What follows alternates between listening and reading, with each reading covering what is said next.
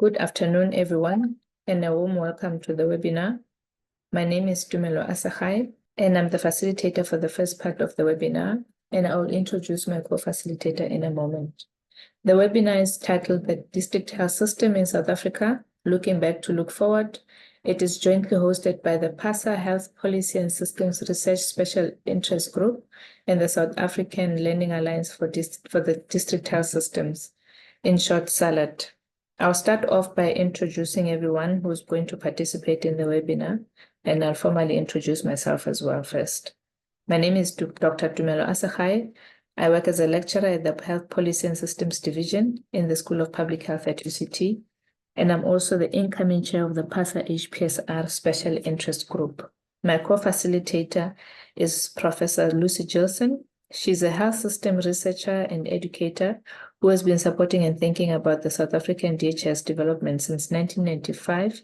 And for those who would know, this is when the work for that green and orange book began. But formally, so she's the head of the Health Policy and Systems Division in the School of Public Health at UCT. We will have Dr. Eleanor Wiley, who is also a lecturer at the Health Policy and Systems Division in the School of Public Health at UCT. She's a member of the DHS review team, which as part of the SALAD basket of activities is currently wrapping up a review of the DHS policy process over the last 30 years. We will have Dr. Peter Baron, who has worked on PHC across government and non-government institutions in South Africa for the past 30 years as a clinician, manager, researcher, and technical advisor on policy and evaluation. And we have two guest speakers. The first one is Dr. Cheryl Nelson, the Chief Director of Primary Healthcare at the Provincial Office in the Mpumalanga Province. And the second one is Mr. Jabulani Mdebele, who is the Chief Director of District Health Services at the Provincial Office in KwaZulu-Natal Province. The purpose of the webinar is to offer a historical account of the district health system in South Africa, highlighting key milestones since its formation, challenges and opportunities, and concludes with a discussion on the district health system importance in light of the country's ongoing health reforms. So I think we can continue from that. So as I said, or as the advert said, the webinar is hosted jointly by PASA, HPSR SIG, and the SALAD group. The PASA Special Interest Group is looking at advocacy and engaging different professionals across the public health sector, academia, private sector, and so on issues around health policy and system research in the public health discipline. In terms of SALAD, SALAD stands for South Africa Learning Alliance for the District Health System. It's a learning collective to develop and support partnerships to strengthen the district health services. It consists of academia as well, policymakers, practitioners, partners, others, for accessible information and knowledge and supporting evidence-based implementation. It infused into the curriculum development, pre-service and in-service. It's recognized by the Department of Health and other national agencies. Its current activities include writing and collating experiences. For example, we are busy with a series in the South African Medical Journal. It also hosts debates and dissemination of information, and it includes webinars such as the one that we're having currently and a listserv. So just a brief background on what the district health system is. So I've pulled out the WHO definition, which says it's a self-sufficient segment of the national health system. It comprises of a well-defined population in a clearly delineated geographical area. It includes all institutions and individuals providing care in the district. whether it's in government, social security, non-governmental, private, or traditional. The DHS therefore consists of a large variety of interrelated elements that contribute to activities that happen at community level, homes, schools, workplaces, etc., through the health and other related areas. It includes self-care and healthcare workers and facilities, up to including the hospital at the first referral level and what we call the district hospitals. So a sub-district as a unit, which in WHO's terms is called a district, balances sufficient scale and scope to achieve quality outcomes, equity and efficiency, investment in management structures and systems, with responsiveness to local needs and context, and the ability to coordinate actors and services. And why is the focus on the sub-district? In South African terms, a sub-district is roughly 1.4 million, and the district as defined by WHO, the district population as defined by the WHO is approximately 50,000 to 500,000. So in the South African context, the sub-district is most closely resembles the ideal WHO district. And in terms of the NHI, the recent NHI bill 2019, the contracting unit for primary health care comprises district hospitals, clinics, or community health centers and ward-based outreach teams, and private providers organized in horizontal networks within a specified geographical sub-district area. So if you look at the NHI bill, it talks about these CAPs, which is a sub-district unit and closely resembles what I just talked about in terms of the WHO definition. And in terms of the Astana Declaration, it marked the 40th anniversary of the Alma Mater Declaration on Primary Health Care and reaffirmed some fundamental principles of primary health care, and by implication, the district health system as a broad concept that includes not just service delivery, but also community participation and accountability and multi-sectoral action on the social determinants of health. And in the South African context, the district is enshrined as the fundamental unit and building block of our health system in the National Health Act. However, recently the district and the sub-districts are re-emerging as important foci of health system strengthening, driven directly, or firstly by the renewed global attention to primary health care, as outlined in the Astana Declaration, but also because of several other processes and initiatives, including, amongst others, the NHI CAPs that I just mentioned, contracting units for primary health care, the emerging local and provincial experiments with COPC that we see across the provinces. That is just a brief background on DHS. I'm going to next ask Dr. Eleanor to give us the history in terms of the timeline of the district health system in South Africa, where it started and where are we at the moment. Thank you. Good afternoon, everyone. Thanks so much for having me here today. So I'm here to provide an overview of district health policy making since 1994. And the work that I'm presenting today is really a collective effort. And we call ourselves the District Health Systems Review Team, which comprises Tumelo, who you all just met, and Melissa Smuts, who I think is on the call, and myself. So just to acknowledge their expertise in this process. And then also just to note that I'm well aware that many of you will have a very deep understanding of the nuances and complexities of what I'm about to present. So please don't hesitate at all to contact me with any queries or omissions or errors. The work is still ongoing, so we'd love to hear if there's something that, you felt could have been expanded on. So globally, the sort of idea of a DHS was already well on the agenda by the mid-80s. The 1986 World Health Assembly urged member countries to strengthen district health systems based on primary health care. And there was an interregional meeting in Harare in 1987, which reaffirmed this commitment. In South Africa, by 1991, we already had a National Health Service Delivery Plan that decentralized primary healthcare to local authorities, but it wasn't really in practice achieved, and there were no guidelines on, for example, how to transfer primary healthcare staff down to the local authorities or anything like that. In addition, some people argued that the existing health wards, for example, in the homelands, would help to sort of lay the groundwork for a district health system.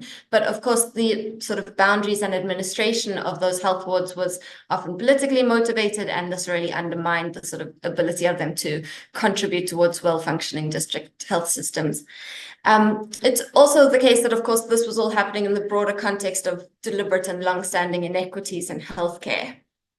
And by the end of the sort of pre-94 era, there was a lot of talk, for example, in the SAMJ, so many people calling for immediate investment in the DHS and saying things like, we cannot wait for the new constitution, it has to happen right now.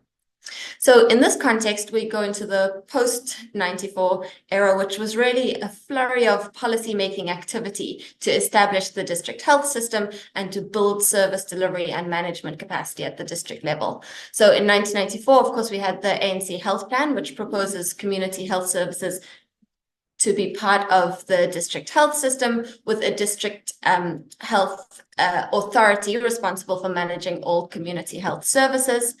And in 1994, there was also a National District Health Services Committee established to start to shift from a curative sort of health system to a more PHC-based health system. And it produced the first policy document for public comment, which recognized that there would be a lot of variation in capacity in different areas of South Africa. So gave three kind of governance options. The first one being a provincial option, where the provincial government retains full authority for managing the district health system. The second one being a statutory district health authority, where there is capacity but not a single existing entity. You would create a statutory entity to manage the district health system. And the third one, the preferred option, but which was relatively rare, was the local government option, where there would be a sort of local government authority taking responsibility for the district health system. In 1995, of course, we got the RDP, which was based on the ANC Health Plan, which decentralized healthcare and established the District Health Authority formally. In 1996, the District Health Systems policy was adopted, and by this time, the demarcation of the districts was almost complete. In 1997, the District Financing Task Team was established to address inter-provincial inequities, and we saw the adoption of the needs-based allocation formula. And by 1999, district boundaries were really well established, and most districts had already appointed their management teams. And at this time, there was a real focus on capacity building for the district health system. So we saw the National District Financing Committee developing guidelines for conducting district expenditure reviews. There were also sort of publications supported by the NDOH, like the District Manager's Handbook and a Guide to District Health Planning. And at this time, the NDOH introduced the District Health Systems Competition to generate best practice and reward health workers and institutionalize indicators and data for planning. So by 2000, there were 53 health districts, including 6 metropolitan districts. The Local Government Municipal Structures Amendment Act was passed, which allocated the function of all municipal health services to district municipalities, rather than only environmental or non-personal health services. The local government elections in December of 2000 really heralded the beginning of the sort of final stage of the transformation of local government, with new boundaries and new councillors, and paved the way for the full implementation of the district health system. So it was sort of the end of that first period. And also what happened in that period was that the RDP was that's a typo there, the RDP, not the RDR, was replaced by GEAR, which really restricted public spending, of course. And then the HIV crisis was rapidly expanding, and by the end of 2001, about a quarter of all deaths were HIV related, and the National Health Act was still not passed. So we were entering a more difficult period in terms of focusing on the district health system as as a focus of strategy. And the next kind of era, which is from 2001 to 2009, shows a bit of a drop in policy attention to the district health system. So by the end of 2001, many provinces had established their provincial health authorities. And in 2002, we had a draft national health bill, which provides for the demarcation of the district. It says provincial health authorities must help district health authorities to develop their own district plans. And it states that local government must render municipal health services. But there was also this confusion brewing at the time regarding the definition of municipal health services. So the draft bill includes environmental health services, as well as promotive, preventive, and curative and such curative services as are currently offered, all in that municipal health services basket. But in the same year, MINMEC agreed that this was too onerous for local government and suggested that municipal health services should be more narrowly defined. By the end of 2002, all provinces except KZN had established provincial health authorities, which were chaired by the MAC for Health. And in 2003, we finally saw the publication of the National Health Act, which formally established the DHS and defined the DHS and primary healthcare as provincial responsibilities and recognized the need to ensure quality in healthcare. We also saw the launching in 2004 of the District Health Barometer and the beginning of the rollout of HIV treatment. In 2005, the president proclaimed the National Health Act, so put it into effect. So that was obviously cleared up a lot of the confusion that had been brewing in the absence of the National Health Act. But also at this time, we saw GEAR replaced by ASGISA, which loosened up the national budget a little bit. But of course, this was also in the context of AIDS denialism. So that was really a period in which the pace of change, the pace of progress slowed down a little bit. But in the next period, the sort of post-2010 era, because of the sort of NHI focus, there's really a renewed focus on the DHS and renewed efforts into strengthening the DHS. The NHI was put back on the policy agenda in 2007 at the ANC's Polokwane conference, but it took a little while for the policy process to really get going. So in 2010, the NDOH adopted the PHC reengineering program, and this was in line with the negotiated service delivery agreement, which it had establishing a well-functioning district health system as a core principle. And the primary healthcare reengineering strategy, of course, included school health and ward-based PHC outreach teams, and it stipulates that management capacity will be strengthened by decentralizing decision-making to district management teams and facility managers. So this was obviously a boon for the district as a sort of a foundation of the South African health system. There was also at that time in 2010, the NDOH's medium-term strategy framework from 2009 to 2014, which included a 10-point plan that identified priority sub-districts and included establishing district management teams in 52 districts. In 2011, we got the NHI Green Paper, which was released for public comment, and it proposes establishing district health authorities as a contracting unit for primary healthcare to be supported by the NHI Fund. In 2012, the pilot districts were launched, with a focus on PHC reengineering. Ward-based outreach teams were established. Facility improvement teams were established initially in a few districts, but then that was later expanded. In 2014, we saw the district health policy framework and strategy for 2014 to 2019 was published, with goals including improving district governance and leadership and management. The Office of Health Standards Compliance was established, and Operation Phakisa, including the Ideal Clinic initiative, kicked off. So you can see this is really a period where there's a lot of activity around trying to strengthen the district health system in preparation for NHI. In 2017, we got a policy framework for the ward-based primary healthcare outreach teams, and the NHI was published at that time as well. And there's really a focus then on the sub-district level, because as Tumelo said in her introduction, that is the level at which the CUPs operate. So that policy document really gives quite a lot of attention to other things that can be done to strengthen the sub-district level. In 2018, we saw the guideline for the establishment of district health, of the District Health Management Office. And in the NHI pilot evaluation reports, they showed quite mixed results, with some challenges that are often to do with sort of broader issues like health resource shortages and that kind of thing. And of course, in 2019, the NHI bill was approved by Cabinet, and we saw a kind of the same focus on the CUPs as the kind of sub-district level contracting unit, but also a slightly reduced function for the District Health Management Office. Of course, this takes us to 2020, where we see COVID. We are working towards the production of the new district health system strategy. But of course, in the light of COVID, and as we move towards NHI, there's a lot of unclarity. There's also budget issues. So it's quite I would say, difficult and precarious moment for the district health system. I hope that's been helpful, and I'm going to hand over back to Tumelo now. Thank you very much. I am now going to ask Peter Barron to come over and give us a reflection or a summary of what Eleanor just spoke to. Thank you. Over, Peter. Unmute, Peter. Thanks, Tumelo. Just following on what Eleanor said, I'm going to give more of a personal background to the DHS, having been part of this process from before it even started.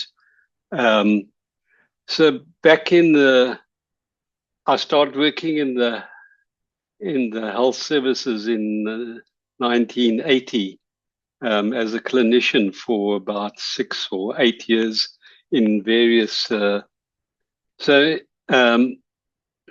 situations. And by 1993, it was clear that there was going to be a change in South Africa. And what we had then was multiple departments of health, and there were actually 14 of them with 10 homeland. Can people switch off? Can you mute the people who shouldn't be on? Anyway, there were 14 departments of health with 10 homeland departments, and then within South Africa itself, there was one for each of the various race groups. And so when 1994 came and the free elections, I think the first thing that had to happen was elimination of racism. There were separate entrances at most facilities for different people. There was sexism. I think, if I stand to be corrected, and people who were around at the time I don't think there was a single director in the health system who was a woman. They were all men, and all this needed to be consolidated into one sort of workable structure. So that was the job. I was in 1994. I was a manager in local government in Cape Town, in charge of preventive services in Khayelitsha, and there were several attempts at merging the local government health services with the provincial health services. And I can say that although the legislation is quite clear as to what should happen, 30 years later, the same local government health departments and the same provincial health departments are still working side by side and are not integrated. And it's really quite fascinating to think that 30 years of this and there's been no resolution of the problem. And I think the same thing applies in most of the big metros, where the provincial health departments and local governments hasn't been able to come together. So that's still an outstanding issue that needs to be resolved. Go to the next slide, please.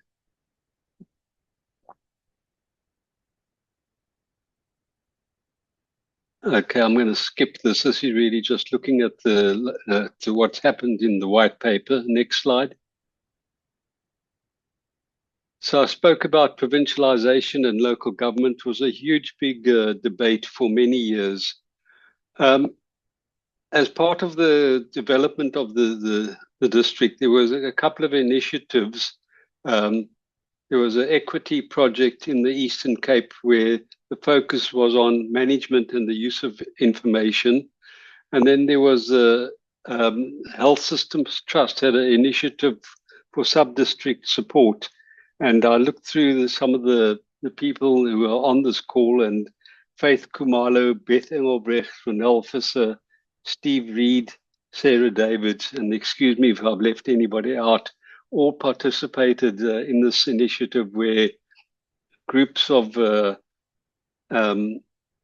public health people who were expert in the health systems got together to try and help districts and the district management teams to strengthen and improve the things that they were doing. And a whole range of tools were published, and I think some of them are still pertinent now. So I put up the link where you can get some of them. Next slide, please.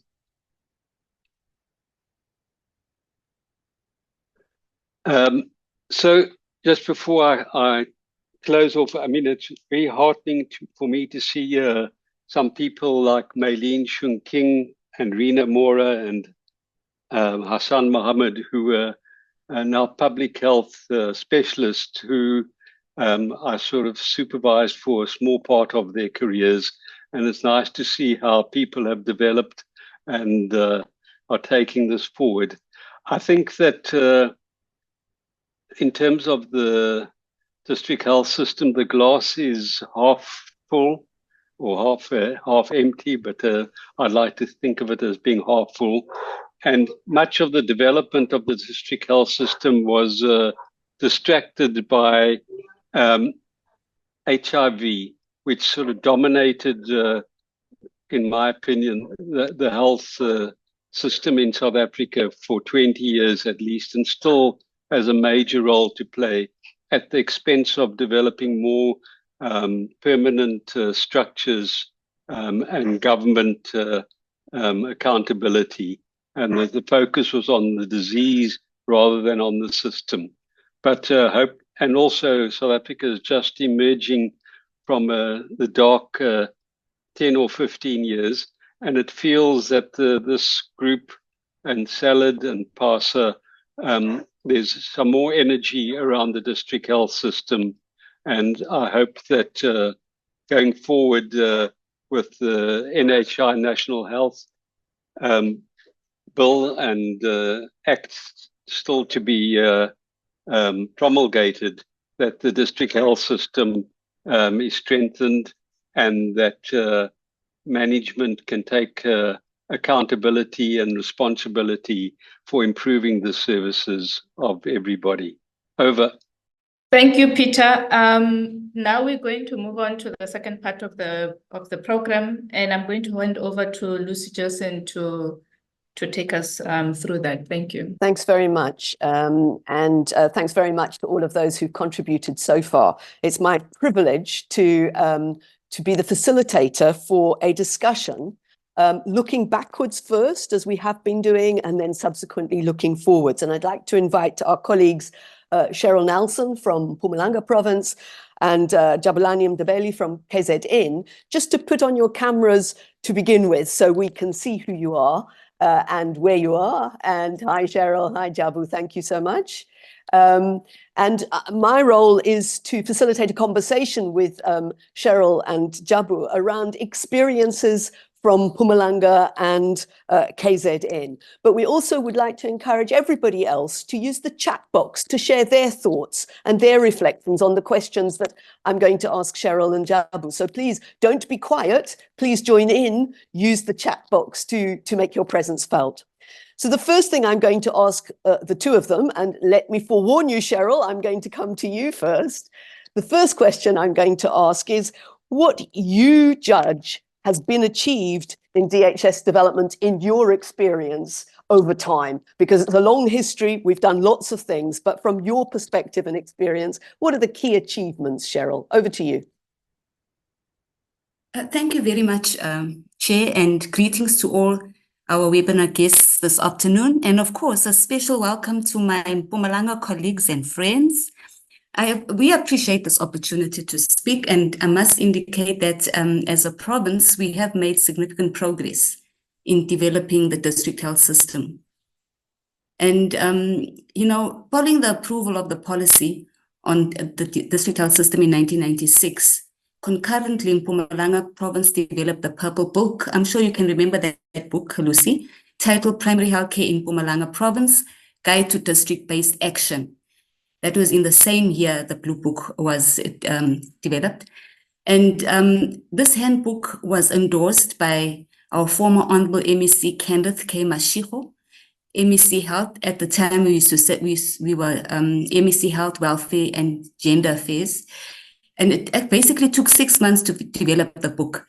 And the writers of the Purple Book included, I don't know if you remember, Maureen Beck colleagues, Kelvin Billinghurst, just to name but a few, Ghulam Karim, David Durham, Melanie Volmerans, Gladys Matebula, Judith Lubisi, and some of them are late, including Mr. Jabulani Ndebele.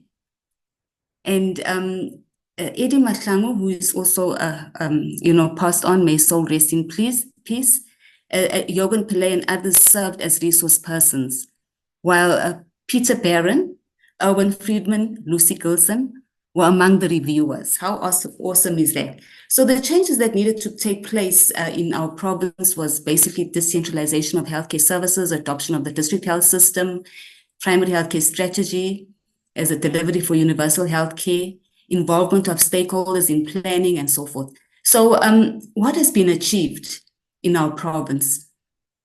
So our development of the district health system traces way back to 1996. And the achievements attained to date are centered around the principles of the district health system, highlighting significant progress. In terms of equity, we also introduced free primary healthcare services to all residents, ensuring that essential medical services are accessible to all, regardless of their financial status. And we also implemented a system of fair allocation of medical supplies across the province. It's still happening today, ensuring that resources are distributed according to the specific needs per facility, thus improving access and outcomes. We also have an organogram that is available and is in the process of being revised, which of course we all know is imperative for promoting fairness and consistency and equity in the distribution of resources. We implemented the CRDP Comprehensive Development Plan, aimed at fostering increased investment and development initiatives in rural areas, promoting economic growth and social well-being.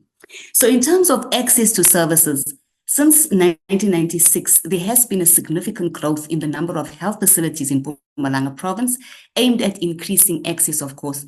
The number of hospitals increased from 27 to 33. You may ask yourself, did we build new hospitals? In the main, it was due to revised demarcations of provinces, where, for example, we inherited Bushbuck Ridge, while our community health centers have doubled from 22 to 60.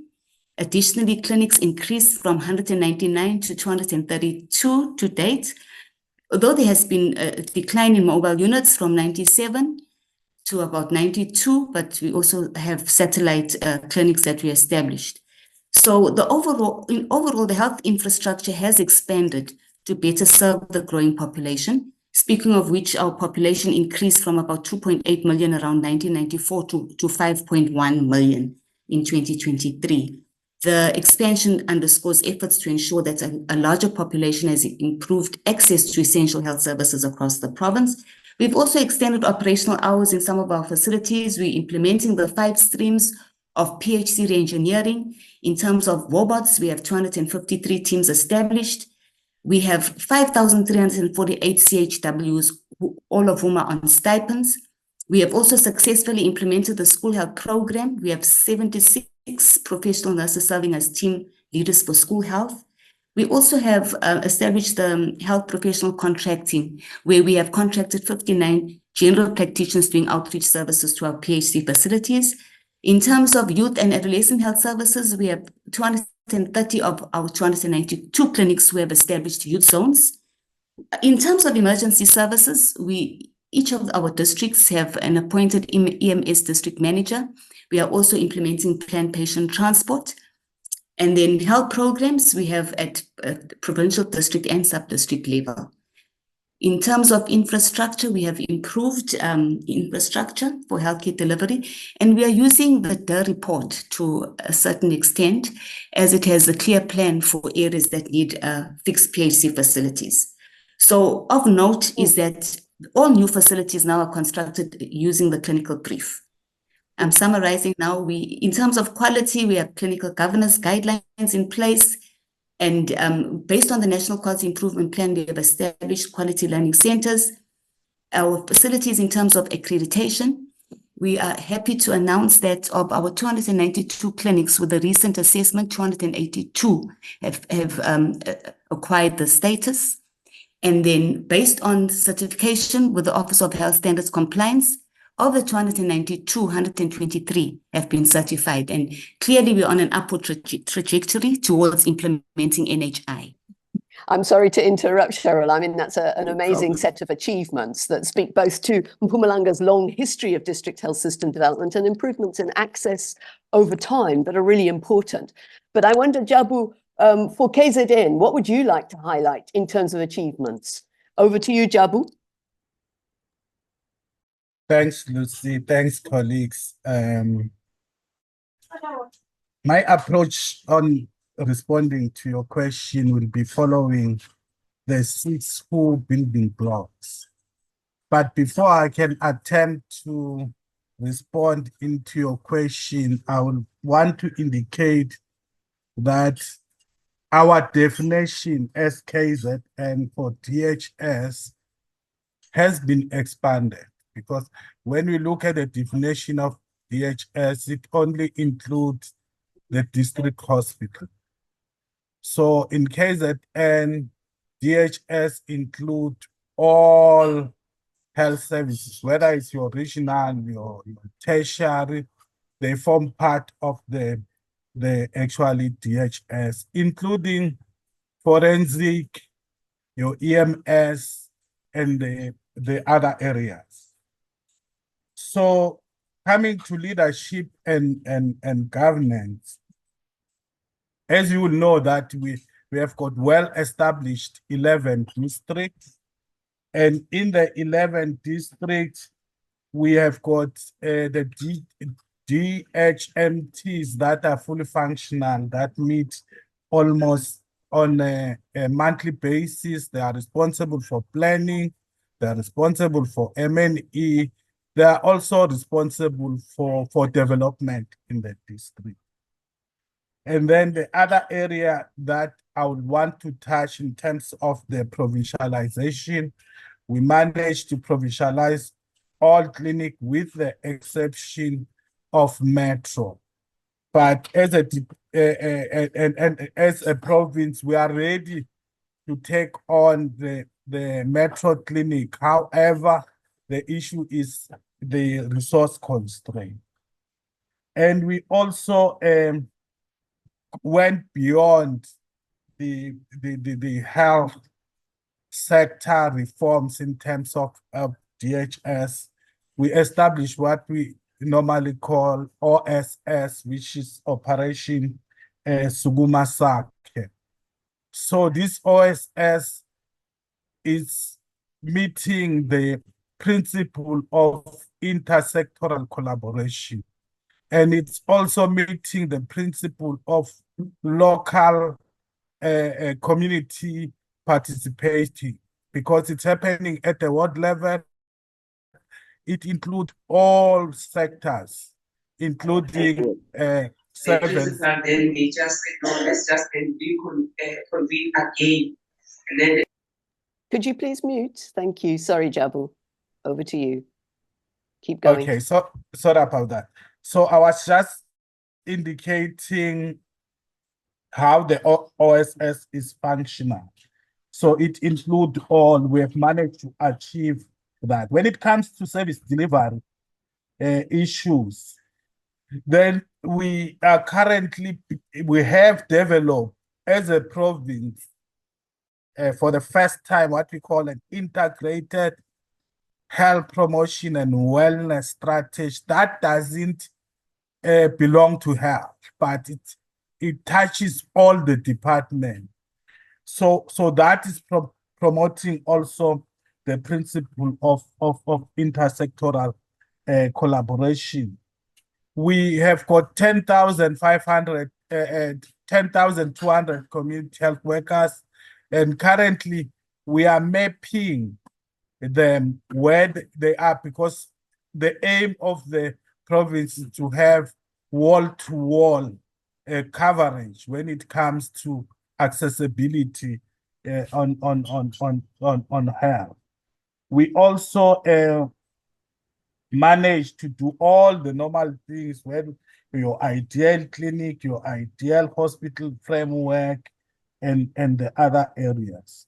When it comes to health workforce, all districts have got delegation. They can appoint, they can recruit, and so that delegation reside on them. And on top of that, we have also managed to develop what we call a regional training center, which focuses mainly on a lower level community development going downwards. And then in terms of your finance, we have got delegations in terms of the finance, and the delegation goes as far as 1 million at the district level. And also the challenge that we're still facing there is that district don't allocate the budget. It's still provincialized.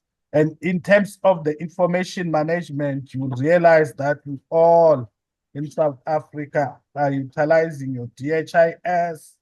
We also have got HPRS, we have got SYNC, we have got TB, HIV information, we have got your BES, we have got your PESAL.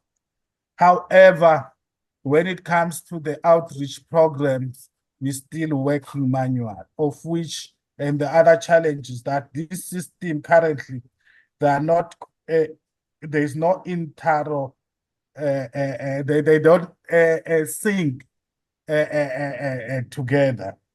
And then when it comes to technology,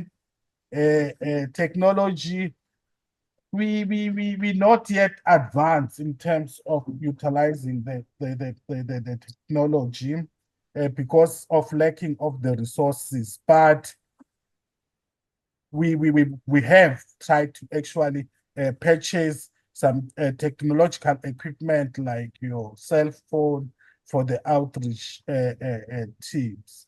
So this is. Thank you, Jabu. I wonder if I could ask you to wrap up.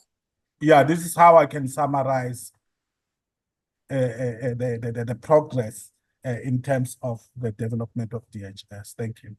Thank you so much, Jabu. Sorry to interrupt. I'm just keeping an eye on the time. So in that which you spoke about, there's clearly been developments in all aspects of the health system at district level, also including then the operations Kumasake, talking about intersectoral development, the delegations, such an important area of establishing a district system. So it feels to me as if there's complementarity between the Mpumalanga experience and the KZN experience.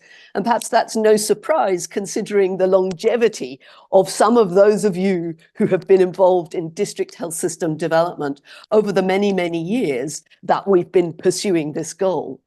We've shared in the chat box the link to a Mentimeter, and we'd like to ask everybody on the call to use that link to identify for yourself a key achievement of the district health system in your experience, so we get a wider sense of what those achievements are.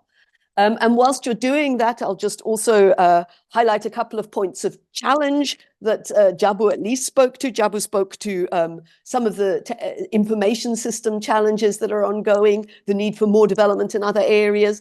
Cheryl, from Mpumalanga side, what would you say is perhaps the biggest challenge that you face at the moment? If I can ask you just to limit yourself to one as we watch the Mentimeter work. Cheryl, from Mpumalanga, what would you say is most important?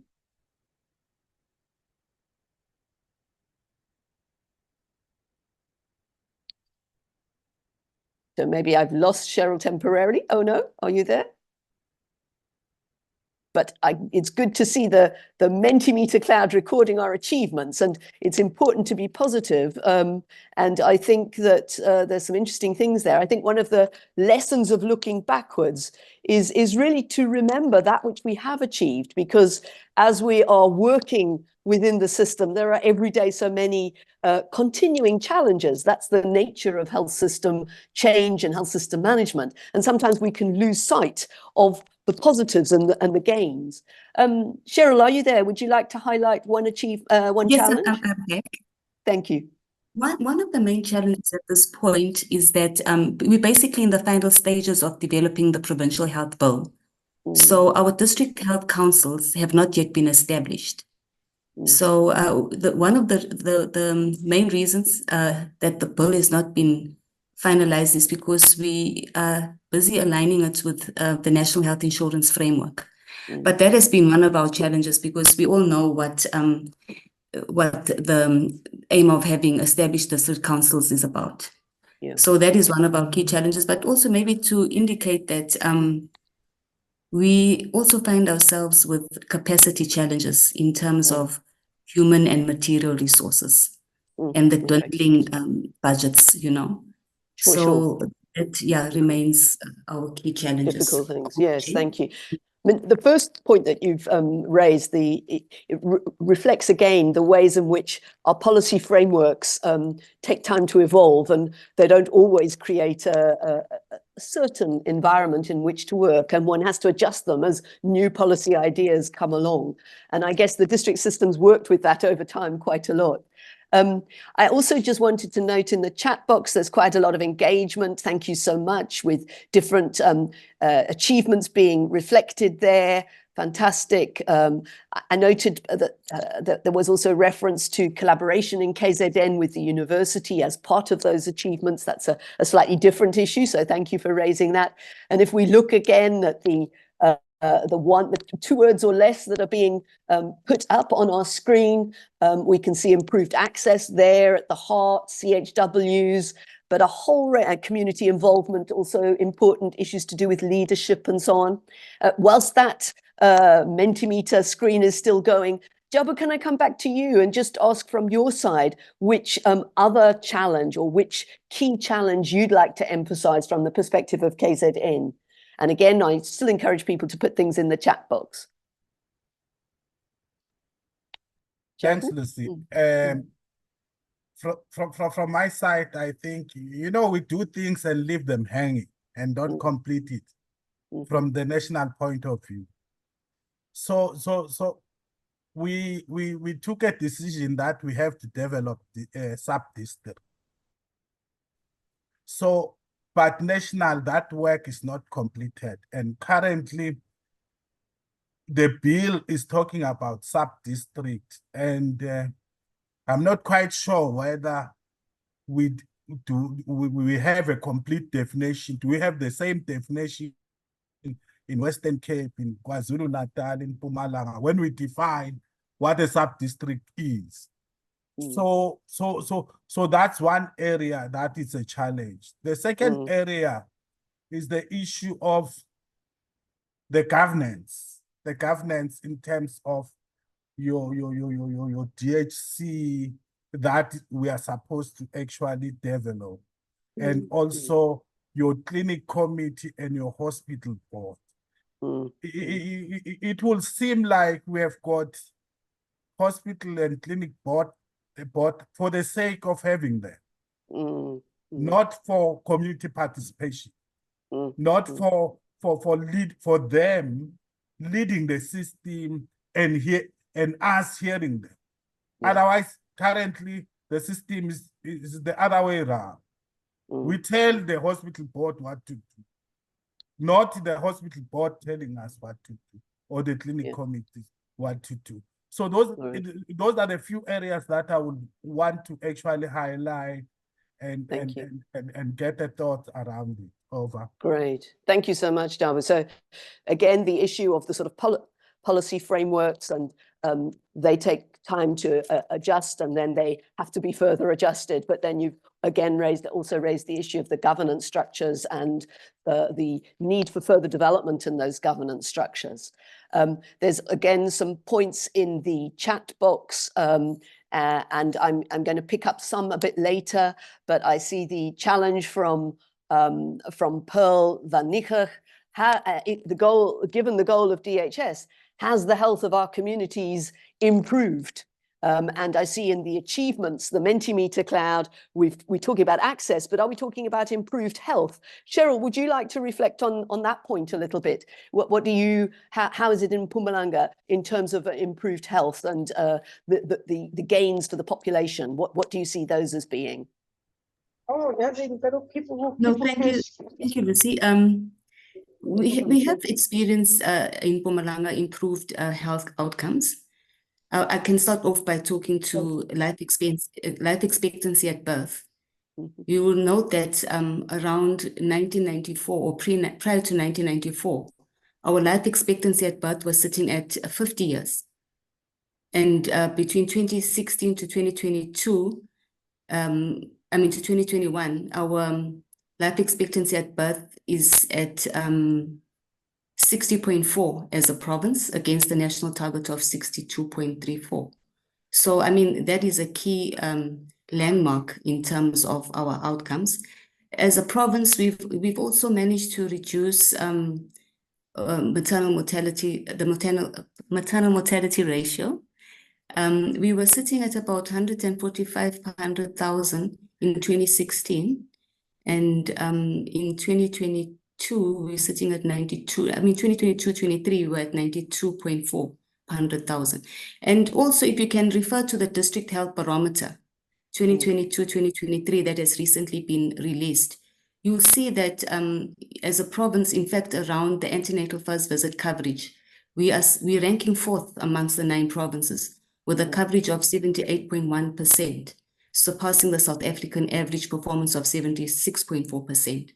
I can go on and on and on, but also just to note that we've also excelled in drug-susceptible TB treatment success rates by achieving an impressive 82.8%, surpassing the South African average of 77.9%. So clearly there is improvement in our health outcomes, but we do not deny the fact that there are still some areas that we need to still improve on. Sure, great. Oh, thank you so much, Cheryl. Really appreciate those data. It's helpful to hear them. Obviously, a question that people might ask is how the development of the district health system has contributed to that, but perhaps then we need to think about the access gains that we've discussed and that have been promoted and how that can contribute to improved health outcomes as part of a chain of improvement, if you like. I also just want to note from the chat box some comments about the importance of the resource reallocations that have been achieved over time with the use of the district health expenditure reviews that I know, Cheryl, you spoke about, and their use in reallocating resources better to support primary healthcare, and how important they are in strengthening management at the district level as well. That's a couple of points made there. And I'm now going to ask us to move on in our conversation, Cheryl and Jabu, and think a little bit about, given the experience over the last number of years and the history of DHS development, the achievements and the challenges, what sorts of lessons do you have and would you like to offer to the current and future stewards of the DHS? And before you answer, I'd just like to note, for example, that Natasha Berkowitz has raised the question, how do we ensure that a DHS remains and is flexible enough to respond to and evolve with the district's needs? So there's a sort of question we need to think about as we look forward. But what are the lessons from our experience that can be offered to those who will be the stewards of the district health system moving forward? And Jabu, I wonder if I can throw that one to you first, as I know that's been an issue of concern to you. What lessons of experience, what suggestions do you have to those who are coming after you to maintain the district health system, move on the challenges and increase the achievements? Jabu, over to you first for your thoughts. Listen, I think the question is difficult. But one can say that you know, I have learned through the district health system that the selective primary health care in future it catch you it can catch you up. For an example, if I can look on during the 80s, 90s, where we put a lot of effort to manage HIV/AIDS. We managed to reduce the mortality of HIV/AIDS more than 80%. People are no more dying from HIV/AIDS. However, because we're selective, we're disease-orientated, we're not people-centered, now it's catching up. Because the same people now have got diabetes, the other chronic diseases. And the issue around spending more time trying to deal with the social determinant for health is a crucial thing. I know it's hard work, but if we don't consciously build a system that is resilient, a system where we take the community along with us, then we'll keep on saying we don't have a budget or we have got a high number of defaulters because we don't go along with the people. We do things for the people instead of building the capacity to the people, developing them in order for them to actually do things for themselves. So that's the lesson that one has learned, to say, hey, we need to go back. Let's resuscitate community-oriented primary health care. If we resuscitate that, at a long run, we are investing, we'll have a number of gains. Unlike if we proceed currently like we were managing a disease, not human beings, then we'll keep on dealing with those diseases, because tomorrow there'll be that disease, the other day there will be that disease. So the issue of building capacity to actually deal with a person who need to have a house, who need to have clean water, who need to also to be mental stable, you know. So that's the perspective that one would want to share. Over to you, Lucy. Thanks so much, Jabu. I like that phrase. We're managing human beings, not diseases. Such an important thing to remember, and the importance of looking at taking action on the social determinants of health, but taking the community along with us as the health system. The community are part of the health system, so it needs to be their work to improve health as well. Cheryl, what are your thoughts on this question of lessons for the future stewards of the district health system?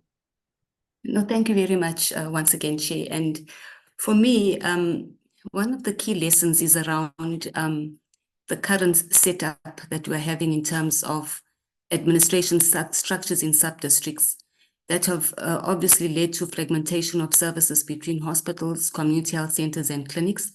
There's also an inequitable distribution of resources, duplication of administrative functions, and difficulties in implementing the cost center approach in relation to institutional financial management. So critical, Lucy, is the establishment and strengthening of sub-districts. We really need to find ways to maximize resources and increase health service coverage for the benefit of our communities. And this really, for me, and I'm sure for all of us, can be achieved by ensuring that there's accountability closer to the environment where services are provided, using the sub-district model for health services administration as a vehicle. That is one of them. And the other one is around HR and finance delegations. You know, there's no doubt that the centralization of authority, particularly on HR, impacts on appointments. And this basically has contributed adversely to the delays in filling of posts. And maybe lastly, another key lesson for me is around health information systems. And am I still audible? Yes, you're still audible, my dear. Thank you. Yeah. You're on health information systems. Yes. I think, or I believe that implementing a robust data collection and analysis systems is critical for monitoring health outcomes and identifying health disparities and guiding resource allocation.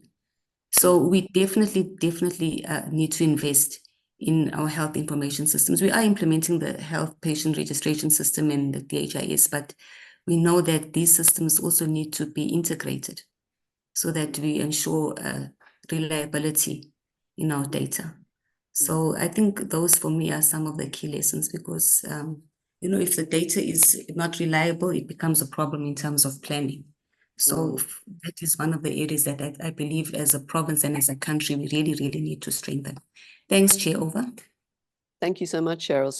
So the importance of accountability closer to the people, the role of the sub-district in that, and of course the vital importance of the delegations around HR and financing to enable the management of services and engagement in the community at large, and health information monitoring and evaluation, being able to know what we're achieving and what we're not achieving in order to keep moving forward.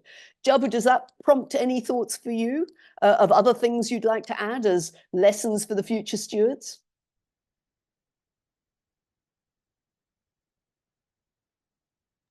Thanks, Lucy. You must realize that I'm obsessed with community-based model. The other thing is that how do we prepare the training institution to produce the cadre that we need now?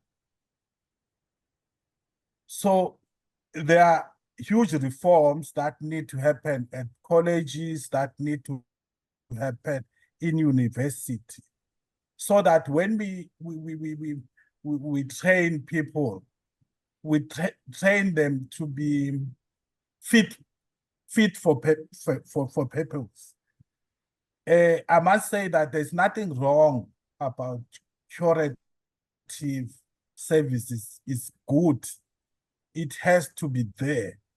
But if it goes alone without the preventive and promotive health, then it's not going to yield better results. And currently, we have to realize that the purse is shrinking.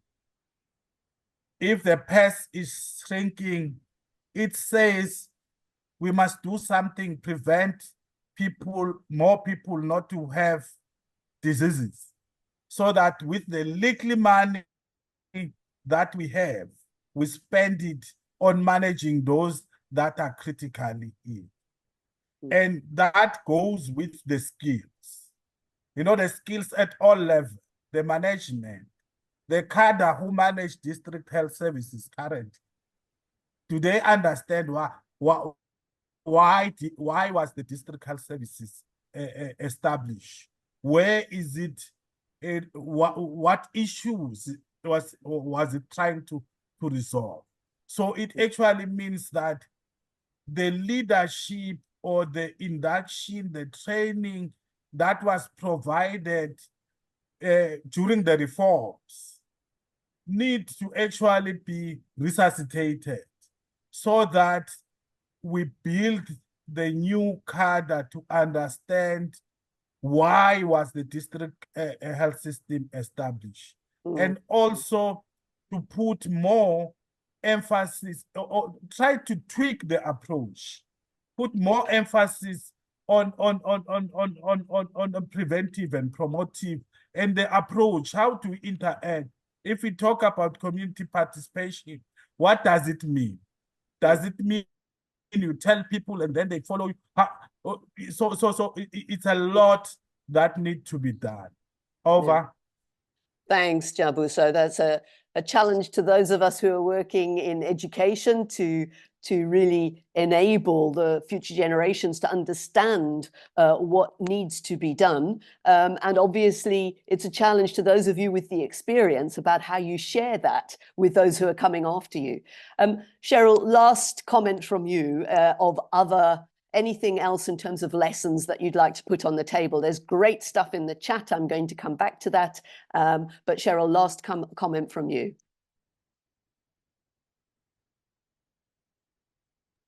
Thank you, Chair.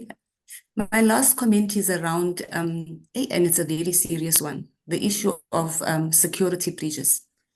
You know, with the increased crime in the country, as our facilities really do not have adequate security measures. You know, it's basically a major setback because, you know, we move forward and with the vandalism and you know, patient and staff safety that is being compromised, it's really, really becoming a serious problem, serious setback. So it's really crucial for health facilities to implement robust security measures to safeguard patient information and maintain the integrity of their operations. So that is one key lesson that's emerging right now for us. And going forward, I think we need to work on this. Yes, Thanks. thanks, Cheryl. I mean, it's a reminder that the health system is nested in the wider society. And so the pressures of the wider society are ones that the health system also has to be very aware of. I realized there was one question I wanted to throw to either one of you that was asked in the chat. What's the role of private practitioners in the district health system and for primary healthcare moving forward? Would, I don't know, Cheryl, would you like a quick response on that one? Yeah, for me, the role is basically integration, kind of like an integrated approach where we work as a collective, you know, because we're moving to one health system. So, you know, with the GP contracting and outreach services to our facilities, we've really seen an increase in terms of access. And in a way, we've also realized that the OPD headcounts in our hospitals where GP contracting is implemented adequately has actually decreased. So that partnership for me is very critical. And I think we need to strengthen it. Thank you, Chair. Thank you so much, Cheryl, and really appreciate, Cheryl and Jabu, your input. We've had some great stuff in the chat as well, and I'm sure everybody's looking at that. I wanted to invite Peter to just offer a last reflection. He started us off in terms of reflections on the past, but Peter, your one critical lesson for the stewards of the future, what would you say, Peter? Well, I think that there's so many educated, smart young people coming through the training institutions, and that they should choose the public sector and management as a career option. Because I think that without having good managers who are committed, nothing else can work. Over. Thank you, Peter. That's a great lesson for the future. Thank you. Nonhlanhla Zamdaka from the Eastern Cape. Nonhlanhla, would you like to offer a lesson for the future? I've been looking at your comments in the chat box. May I invite you to offer a lesson for the future?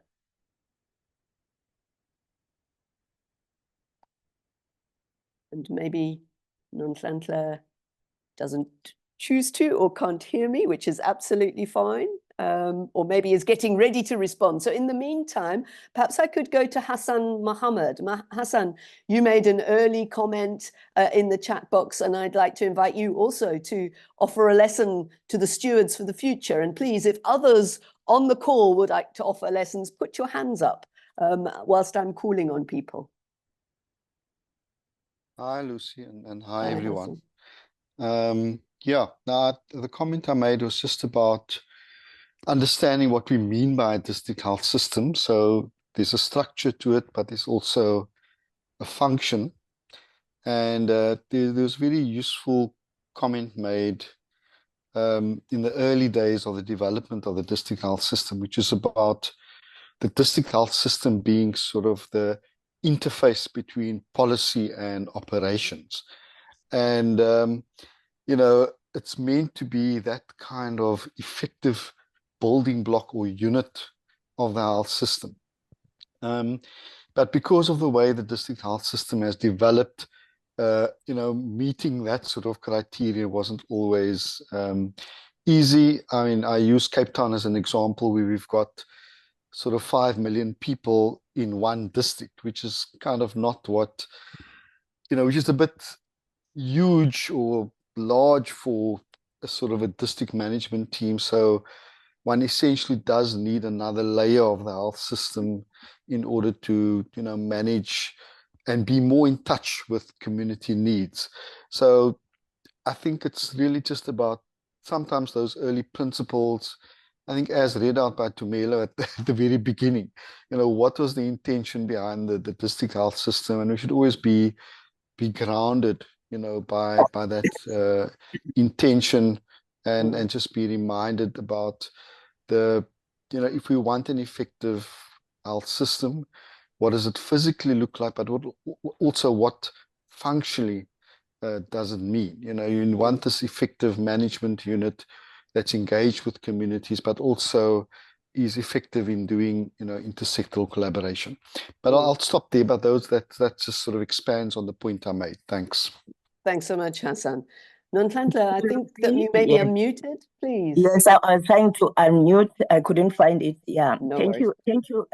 This is a very exciting discussions in terms of the DHS. For me, I think for the upcoming professionals in the public health, if we can just now with the new reforms to make sure that by the time they leave the education coming to the field, there is some information around district health service, because it's the key and is really the key in terms of getting communities healthy.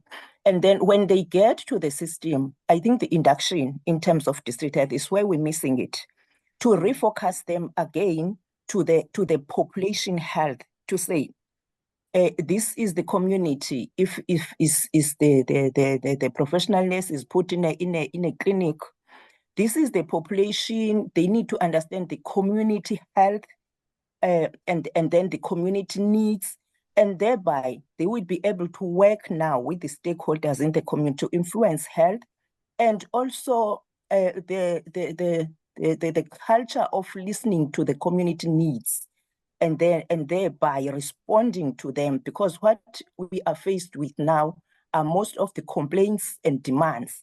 And then if they can have that understanding and be nurtured to say how to respond to community needs and involve them in the planning in the local sphere.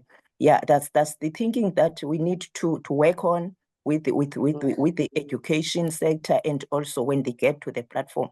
For me, that is that. And then as we introduce the new reforms, they will be really knowing how to integrate with the community at that point.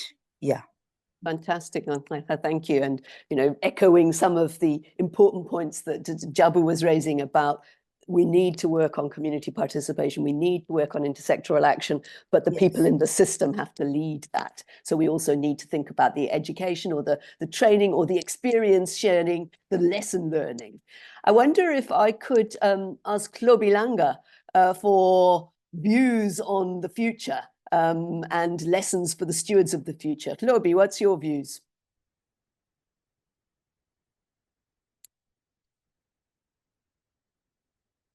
Good. Thank you, Lucy. Thank you. Can you hear me? Yes, indeed. Yep. Thank you, Lucy. Thank you so much for facilitating this exciting session. And thank you to Mr. Ndebele and Dr. Nelson for your insightful contributions. For me, for the future, it is exactly as I have put it here on the chat, Lucy, to say that futuristic we need to start to think differently. We need to shift how we allocate even the resources. We need to, if we're serious about community-oriented primary health care, we need to look at the resource allocation at different levels of healthcare. I don't know, some of you might know this pyramid where from the top there, from the central tertiary hospitals to regional district hospitals up to community level, you find that there's more resources that are allocated at a tertiary, central level, regional and district hospitals versus the resources that are at a community level, which is the primary healthcare level. So for me, it is to look at the health system in a different approach and concentrate on widening and strengthening primary health care or community-based services. Thank you, Lucy. Thank you so much, Chloe. There's really some really important points being made. And again, in the chat, the chat comments are really excellent as well. And there's some similar views coming through. And then every so often there'll be a new and important additional thing. It's fantastic. I'm going to ask for one final input in this part of the discussion. And I'm going to ask Krish Vallabhji if he would also share his thoughts on lessons for the future stewards of the DHS. Krish, over to you if possible. Thanks very much, Lucy, and really well done to all. It was just an excellent webinar.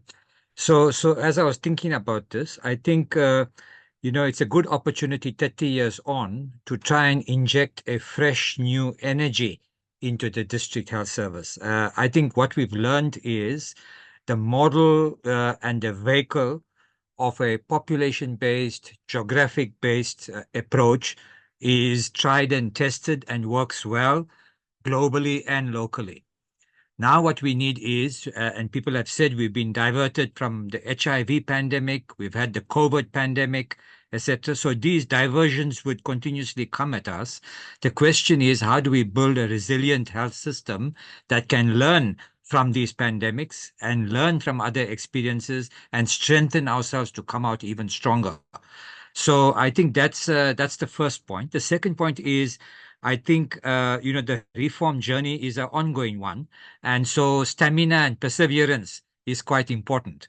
And I think we must all brace ourselves for the long haul, because there's no short-term quick fixes to this.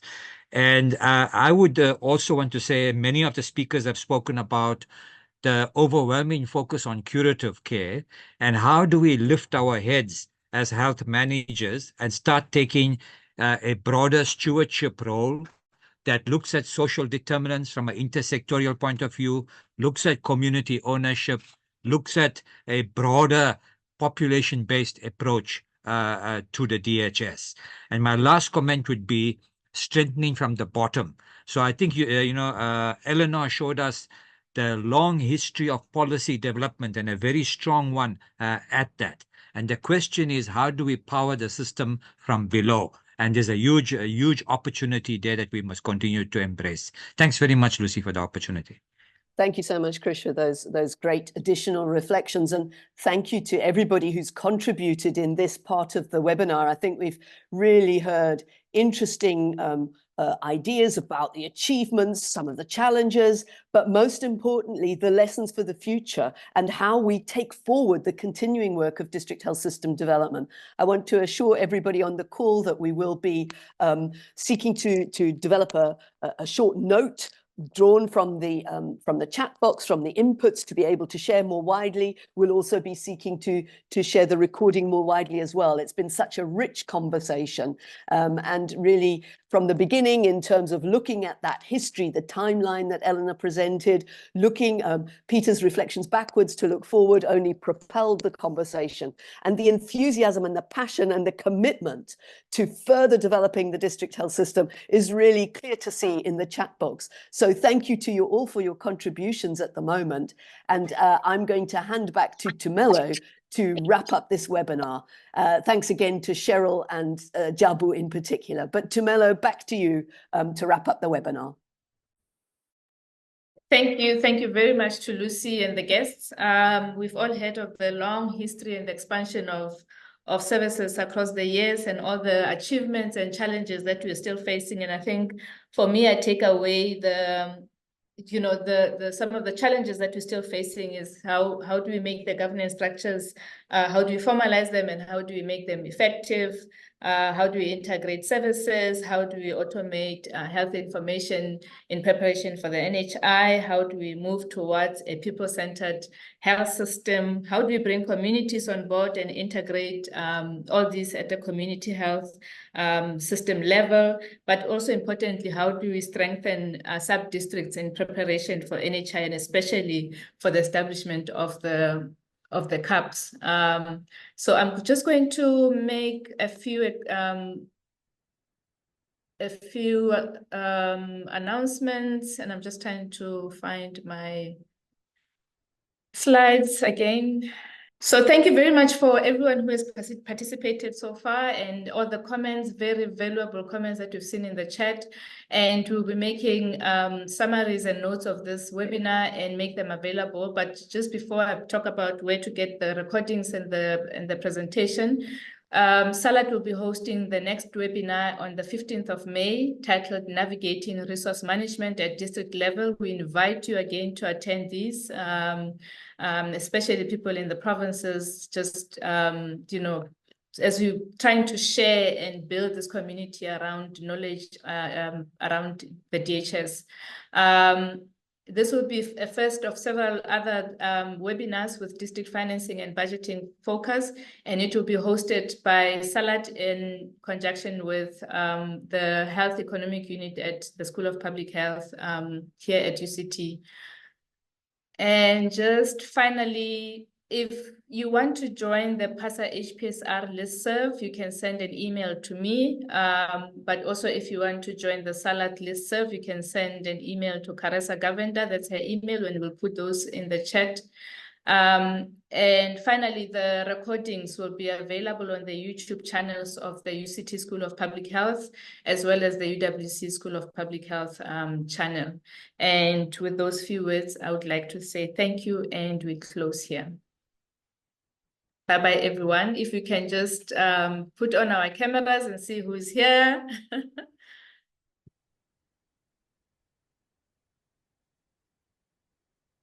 Bye-bye, colleagues. Great to see everybody. Thank you. Bye-bye. Bye-bye. Bye. Thank you. Bye. Bye-bye. Thank you. Bye. Bye.